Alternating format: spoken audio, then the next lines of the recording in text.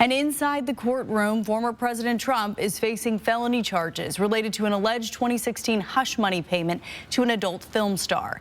This is the first time in history a former U.S. president has been tried on criminal charges. ABC's Morgan Norwood is in New York with the latest as jury selection comes to a close.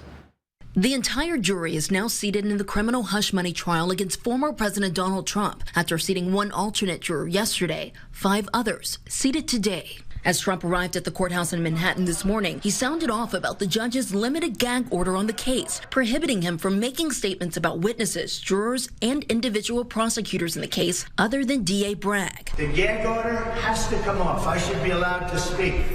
Every time I come out to speak to you, I want to be open because we did absolutely nothing wrong. Inside the courtroom, Trump looking on as those prospective alternates answered the questionnaire one by one, with some jurors revealing loose connections to Trump and others surrounding the case. One woman who said her father was a friend of former Republican presidential candidate Chris Christie broke down crying during questioning, saying, quote, "This is so much more stressful than I thought it would be." She was excused from serving. A jury of 12, 7 men and 5 women have already been sworn in to decide the outcome of the first criminal trial of a former president. Together, the jurors will decide whether Trump is guilty of falsifying business records related to a hush money payment so voters in the 2016 presidential election would not find out about an alleged affair with adult film actress Stormy Daniels, which Trump denies. He's also pleaded not guilty. It really is as prosecutors have said, a simple kind of cut and dry case in their eyes. They believe that Trump falsified the records because his electoral prospects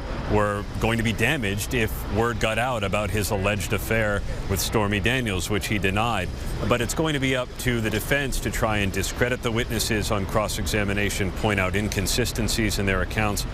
And there are several other pretrial issues that the judge in this case will need to take up. For example, how much the prosecution can cross-examine Donald Trump if he takes the witness stand. Once those matters are addressed, opening statements could begin sometime next week. I'm Morgan Norwood, ABC News, New York.